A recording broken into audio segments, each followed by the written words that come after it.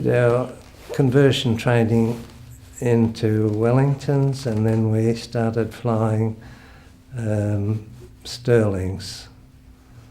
And we didn't do anything else but fly Stirlings from then on. What squadron were you with? We were with 90 Squadron originally, where we did some, not exactly bombing, but laying mines in the Kiel Canal, which was quite a dangerous and a long trip to do, but it was rather frightening for the German Navy to have mines in their own little backyard. After that we joined 196 Squadron, where we trained and worked with paratroopers and glider pilots for D-Day.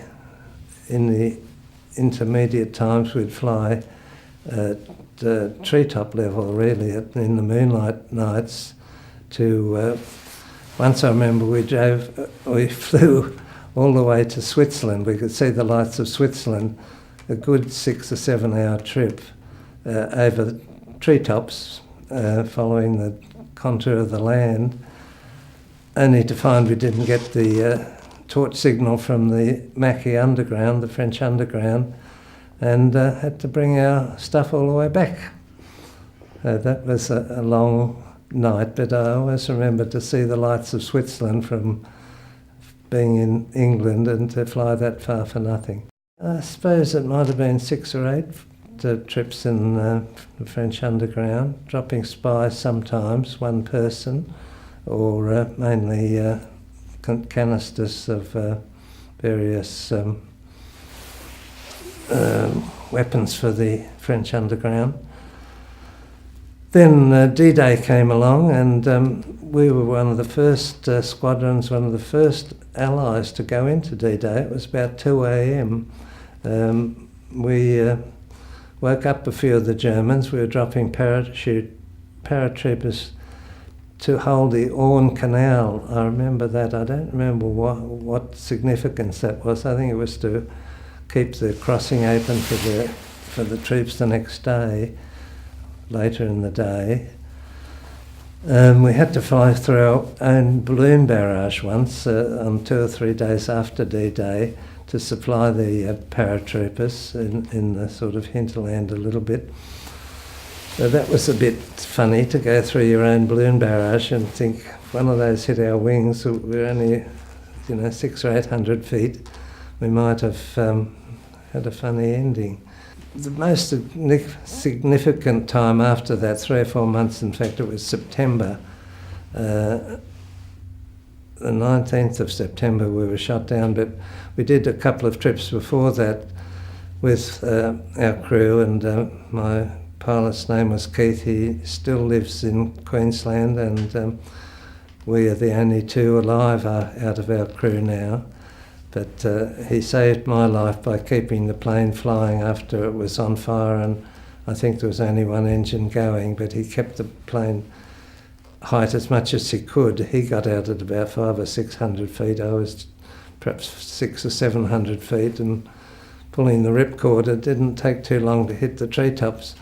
My pilot Keith had a great affection for it. They weren't much good at high altitudes. Perhaps the 13,000 or 14,000 feet was their limit, unlike the Lancasters at 24,000 feet. But they were very sturdy and very strong and very reliable. I think most Stirling pilots liked their plane.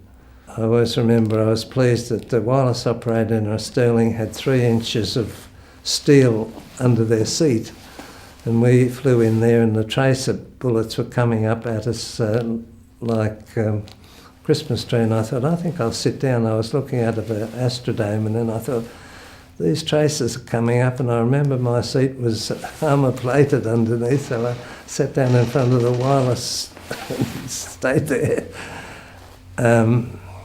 But then it was a different story when we went to Arnhem, the third day, the 19th of September. The weather was inclement in the east coast of England. We flew from the west coast, and we were promised 1,000 fighters, 1,000 Spitfires and rocket-firing Typhoons not one could take off.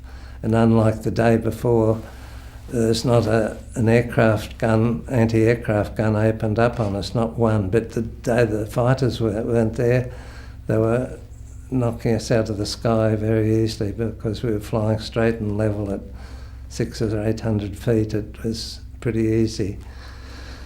So that ended our flying for the European theatre.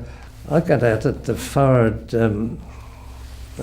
opening, which was down where the bomb aimer would be in a bombing raid.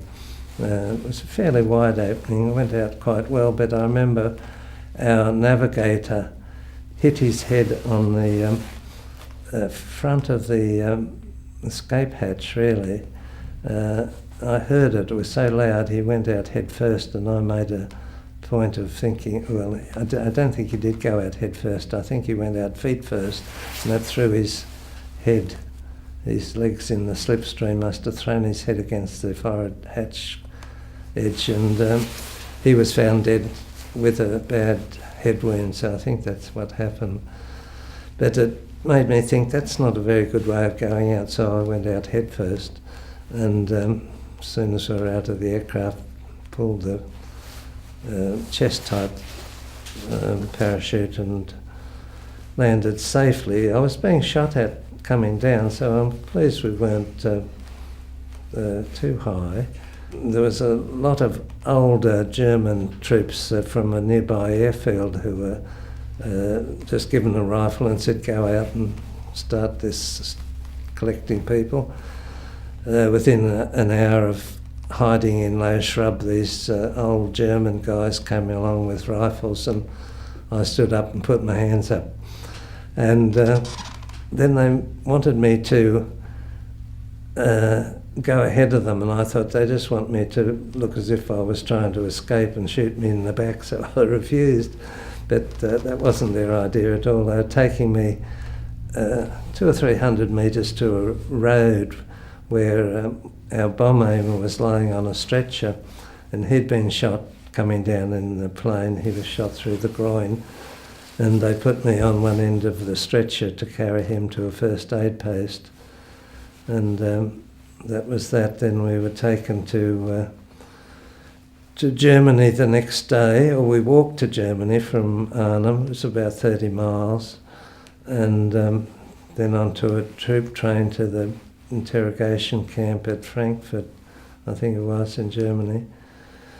5 or 6 days in a cattle truck with 50 other people and no access to toilets and no food.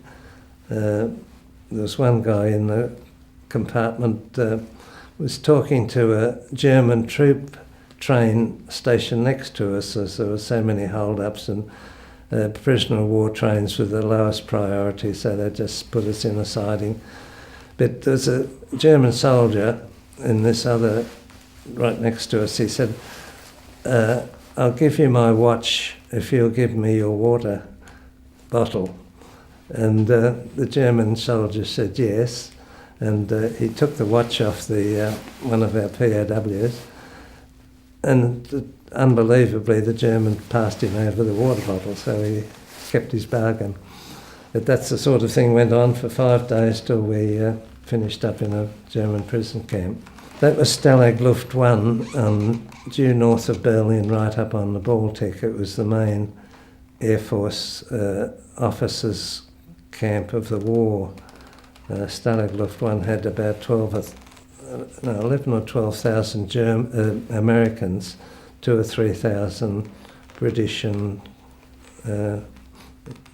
Australian, New Zealand, Canadian, and about 50 Russians that used to clean out the toilets. They gave them the lousy job. They didn't like Russians.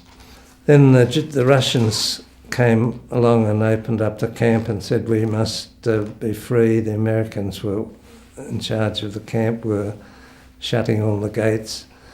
But there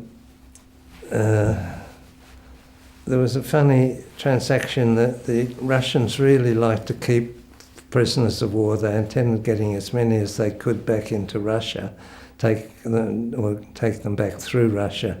but using them as pawns at the sort of peace talks with Stalin at the peace talks. And we were very lucky. There's a very high up Russian general who deflected to Germany and took a lot of Russian soldiers with him.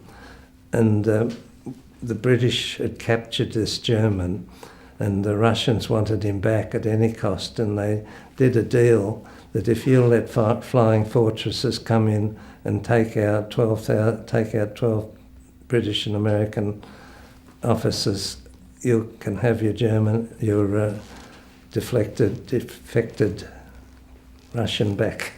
So it was very quick. Within 24 hours, one flying fortress after another took the 12,000 out of that camp. And the Russian general probably had a bad time when he got back to Moscow.